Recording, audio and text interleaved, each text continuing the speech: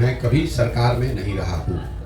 मैं 2014-15 में यहाँ पे चुनाव मैंने जिताने के लिए मेरी भूमिका थी और मुख्यमंत्री के काफी करीब रहे, उसमें कहीं कोई दो मत नहीं है। सुन तो लो मेरे भाई, पार्टी का उपाध्यक्ष सरकार नहीं चलाता है। सरकार को तो सरकार के लोग चलाते हैं, मंत्री चलाते हैं, अफसर चलाते हैं, कैबिनेट चलाती है। जो आदमी ओथ अंडर ओथ नहीं है उसको सरकार में हस्तक्षेप करने का वैधानिक कोई रास्ता उसके पास नहीं है। 14 में जब सरकार को जिताने में हमारी भूमिका थी, उस समय 7 निश्चय बनाया गया। उस समय ये तय किया गया कि ये 7 निश्चय के कार्यक्रम किए जाएंगे। उसको इम्प्लीमेंट करने के लिए बिहार विकास निगम भी बनाया गया, लेकिन उसके बाद उसको करने की जिम्मेवारी तो उनकी है जो सरकार में है, जो सरकार के मंत्री हैं, जो मुख्यमंत्री हैं।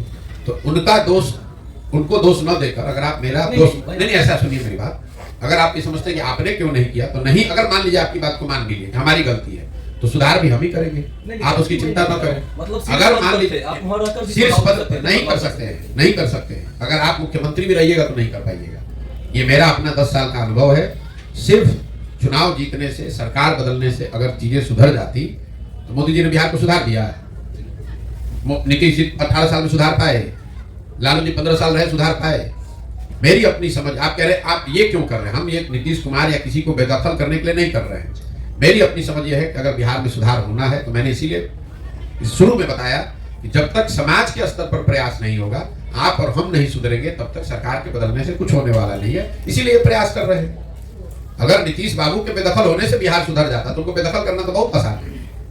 हमारे वहां बैठ जाने से अगर बिहार सुधर जाता तो काम उसके लिए इतनी मेहनत करने की जरूरत नहीं है। चुनाव कैसे लड़ा जीता जाता है उसकी समझ थोड़ी बहुत हमको है, लेकिन मेरे अपने 10 साल का अनुभव बिहार और बिहार के बाहर जो भी रहे हैं कि सिर्फ चुनाव जीतने से ये जरूरी नहीं है कि सरकार में, व्यवस्था में परिवर्तन हो जाए। उसके लिए बड़े प्रयास की जरूरत है, इसीलिए इतना बड़ा प्रयास कर रहे हैं। अगला पड़ाव क्या होगा? अगला पड़ाव जब पदयात्रा पूरी हो जाएगी तो जो उसके उद्देश्य हैं 3 बिहार, मुझे मेरा अपना मानना है कि बिहार में एक बड़ी जनमानस ऐसी है जो इस सोच से प्रभावित होकर इससे जुड़ेगी, नया विकल्प बनेगा और 2025 में जनता की ओर से एक नया विकल्प रखा जाएगा जिसमें अच्छे लोगों को अवसर मिले ताकि वो चुनकर आए और उनके पास बिहार को अगले 10 वर्ष में सुधारने की एक सोची समझी योजना हो और योजना पर काम हो। ये आपका भ्रम है। ये अगर आपका सवाल ये है कि बिहार में हर चीज जाति पर ही होता है, अगर सवाल आपका ये है तो आप अपनी समझ को थोड़ा बेहतर कर लें।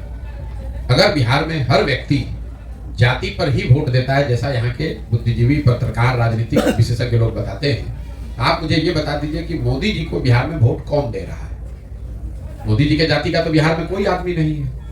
ये इतना सीधा मामला नहीं है जितना आप समझते हैं। बिहार में जाति एक बड़ी सच्चाई है, जैसे अन्य कई राज्यों में। ये आपको और हमको ऐसा लगता है कि खाली बिहार में जाति है, ऐसी बात नहीं है। गुजरात में भी जहाँ राजनीति होती है वहां भी जातियों की बात होती है, कर्नाटक में भी होता है, केरल, तमिलनाडु में भी होता है।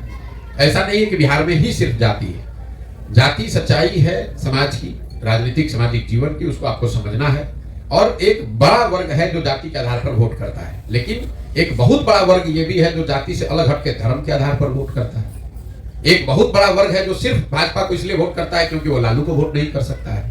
और मुसलमानों का एक बड़ा तबका, करीब 90% मुसलमान आरजेडी को इसलिए वोट करता है कि वो भाजपा को वोट नहीं करता है, तो जाति के आधार पर नहीं वोट कर रहा है। तो पूरे समाज के लिए कह देना कि सब आदमी जाति पर ही वोट कर रहा है, कल होकर अगर आरजेडी को, मुसलमानों को यहाँ आरजेडी के मुकाबले कोई बेहतर विकल्प दिखेगा जो भाजपा को हरा सकता है, तो वहां से हटेगा कि नहीं हटेगा?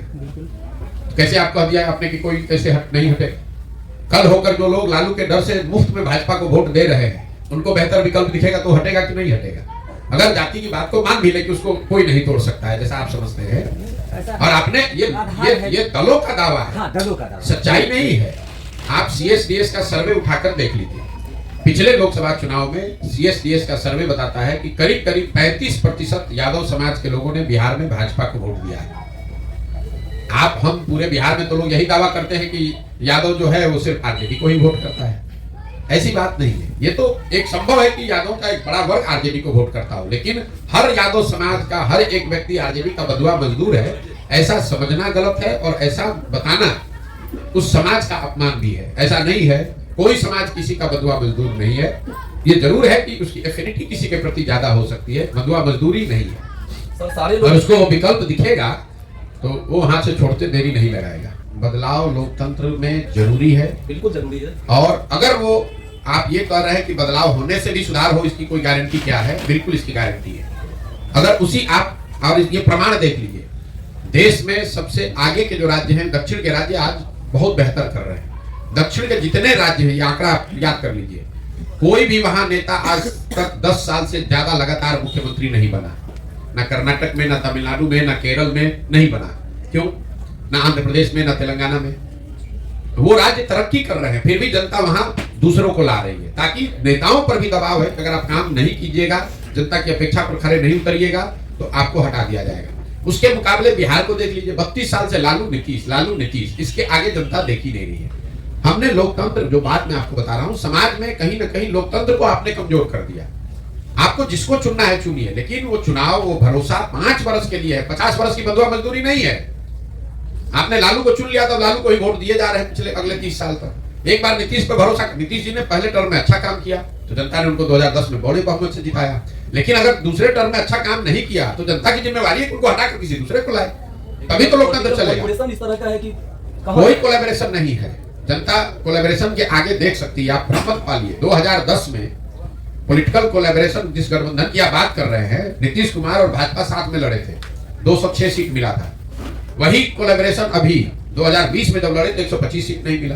जनता इतना बेवकूफ है। तो सर 24 में मैं किसको वोट दूंगा बता दीजिए। हम क्यों बता दें भैया, आप अपने 2024 का चुनाव है, मैं कहां जाऊं? क्या विकल्प है हमारे? आपके पास जो आपका दल आएगा, हम ही को कहा वोट दीजिए, आपको जो विकल्प अच्छा लगे उसको दीजिए। वही ना, मतलब भाई कहां जाऊं आपको बता दीजिए। बदलाव की बात आप करते हैं, मैं कहां बदल के जाऊं? इससे आप अपने आप को आपने इतना निरीह बना लिया है, इसीलिए तो भोग रहे हैं, भोगिए। और इसी तरह आपने, अगर आपको लगता है कि कोई नहीं था तो अभी तक काहे नहीं बनाए नया दल?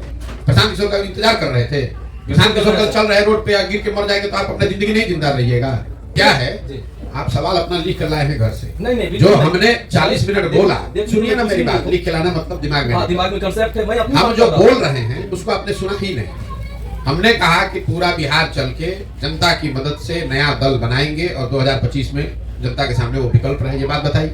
उसको आपने सुना ही नहीं, या सुनकर सुना कर फिर वही आप कीजिएगा, किसके साथ गठबंधन कीजिएगा। हमारे मन में कुछ सवाल है, उसका जवाब तो आप दें। किसका सवाल है, तो आप अपना दल बनाएंगे या कहीं जाएंगे या कुछ भी नहीं करेंगे, या फिर जनता? दोनों ही नहीं करेंगे, क्योंकि आप सुन ही नहीं रहे। मैंने कहा कि कोई दल हम अपना नहीं बनाएंगे, जनता यहाँ मिल के दल बनाएगी। दूसरा बात, जब दल अभी बना ही नहीं है तो गठबंधन का सवाल कहाँ है? तीसरी बात, अगर बिहार की जनता मिलकर दल बना रही है तो गठबंधन काहे करेगी? इसी गठबंधन से मुक्ति के लिए तो इतना प्रयास कर रहे हैं। कि जो बात हम कह रहे हैं जनता के सामने, ये कोई टारगेट हमने बाद में नहीं चेंज किया है।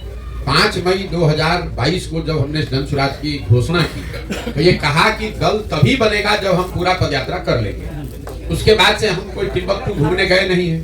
बिहार की जनता देख रही है, आप लोग देख रहे हैं कि 16 महीने से हम घर परिवार छोड़कर प्रतिदिन चल ही रहे हैं। लेकिन जब पूरा बिहार कहा है कि चलेंगे, तो चलने के बाद ही तो बना सकते हैं। अगर हमको खुद ही दल बनाना होता तो पटना में बैठ के पहले ही बना लेते। लेकिन जब हम मान लीजिए कि बेगूसराय आज पहुंचे, बेगूसराय के लोगों से मिले ही नहीं, तो कैसे पता चलेगा कि बेगूसराय में किन लोगों को साथ में लेकर दल बनाना है? अगर बेगूसराय कर लिए तो खगड़िया तो पहुंचे नहीं, मुंगेर तो गए नहीं, कटिहार पहुंचे नहीं। तो जब तक कम से कम 2/3 बिहार हम कर न ले, तब तक दल नहीं बन सकता है। अगर उसके बाद जो भी चुनाव आएगा, चाहे मुखिया का चुनाव आए कि लोकसभा का चुनाव, तो चुनाव लड़ा जाएगा। और उससे पहले अगर विधानसभा का भी चुनाव आ जाएगा तो भी नहीं लड़ा जाएगा। सिंपल बात। अभी चर्चा आप जाने, नीतीश कुमार को खुद नहीं पता है कि वो किसके साथ रहेंगे, और आपको पता है तो रोज बेकार एक न्यूज बना सकते हैं, लेकिन उसका कोई फायदा नहीं। मेरा सुझाव मानिए, नीतीश कुमार को जितना हम जानते हैं उतना कम लोग बिहार में जानते होंगे। नीतीश कुमार को खुद नहीं पता है कि वो कहाँ रहेंगे। एक बात जो मैं कह रहा हूँ कि लोकसभा के बाद ये नीतीश कुमार जी के राजनीति का अंतिम दौर चल रहा है, और लोकसभा चुनाव के बाद नीतीश कुमार जी के दल का विघटन औपचारिक तौर पर शुरू हो जाएगा और आपको दिखेगा। इतना मैं जानता हूं। चाहे वो भाजपा में जाए, महागठबंधन में रहे, अकेले रहे, छोड़ दें, अब ये अंतिम दौर है, इसके आगे चलने वाला नहीं है। इतना आप निश्चित जान लीजिए। दूसरा, मैंने ये कहा कि वो महागठबंधन में लड़ेंगे, उनको 5 सीट भी नहीं आएगा। जदयू को 5 सीट भी नहीं आएगा, ये लिखकर आपको दे देते हैं। अगर आ जाए तो हमको आकर आप बता दीजिएगा, हमसे सवाल पूछ लीजिएगा। किसी रूप में नहीं देखते हैं। वो नीतीश कुमार की उम्र हो गई है, और इस तरह के अलूल जलूल बयान देते रहना नीतीश कुमार की अब एक तरह से आदत भी बन गई है, और उनकी आप कह लीजिए कि जो उनकी मनोस्थिति है उसको दर्शाती है।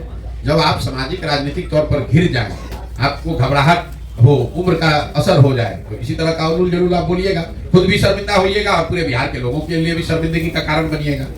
प्रधानमंत्री के द्वारा कहा गया था पूरे विश्व में नाटक बनाया गया। हैं? मुख्यमंत्री के ऊपर नरेंद्र मोदी के द्वारा एक बयान दिया गया था, मुख्यमंत्री नीतीश कुमार को लेकर उनके द्वारा बोला गया था कि पूरा विश्व में नाटक बनाया गया। अब इस पर हम क्या बोले? बयान दिया नीतीश कुमार ने, टिप्पणी की प्रधानमंत्री ने, तो हम क्या बोले? वो बिहार के नागरिक होने के नाते आप हम सब ये सहमत हैं कि जो बयान था वो शर्मनाक था, वो नहीं देना चाहिए था। और अगर बिहार के मुख्यमंत्री इस तरह का बयान सदन में खड़ा होकर दे रहे हैं तो जगहसाई होगी ही, हम सबको शर्मिंदगी होगी कि हम लोग के मुख्यमंत्री, हम लोग के नेता इस तरह की बात कर रहे हैं। जब आप 5 वर्ष की बात नहीं करके 25 वर्ष की बात करने लगे तो समझिए कि कहीं ना कहीं गड़बड़ है। संविधान बनाने वाले लोगों ने, इस देश को बनाने वाले लोगों ने, या लोकतंत्र की जो बुनियाद है पूरे दुनिया में, खाली बिहार में नहीं, उसमें 4-5 वर्ष की एक अवधि रखी गई है।